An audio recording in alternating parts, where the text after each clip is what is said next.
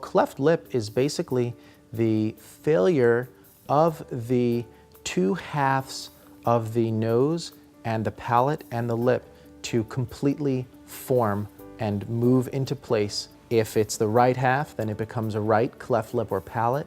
If it's both halves, then it becomes a bilateral cleft lip or palate, or vice versa, a left. Most often in the US, cleft lip and palate is detected via a prenatal ultrasound. So at about 21 weeks, at the anatomy ultrasound, they found that he had a bilateral cleft lip and probably palate as well.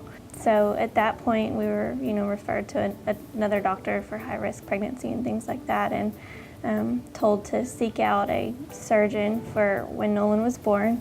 In baby Nolan's case, this is his nasal alveolar molding device that we created with one nasal stent on either side to help improve the nose on either side of the cleft lip.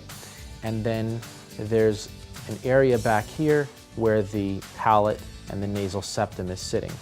Nolan wore this device for about 10 weeks prior to surgery, and each week we made small adjustments and manipulations to improve the shape and projection of his nose and improve the position of his nasal septum. Dr. Trovato told us about the NAM device and how it would basically move that piece of Nolan's lip into place before surgery, so that when they did surgery, it would just be stitching everything together as opposed to having to move the piece of his lip into place.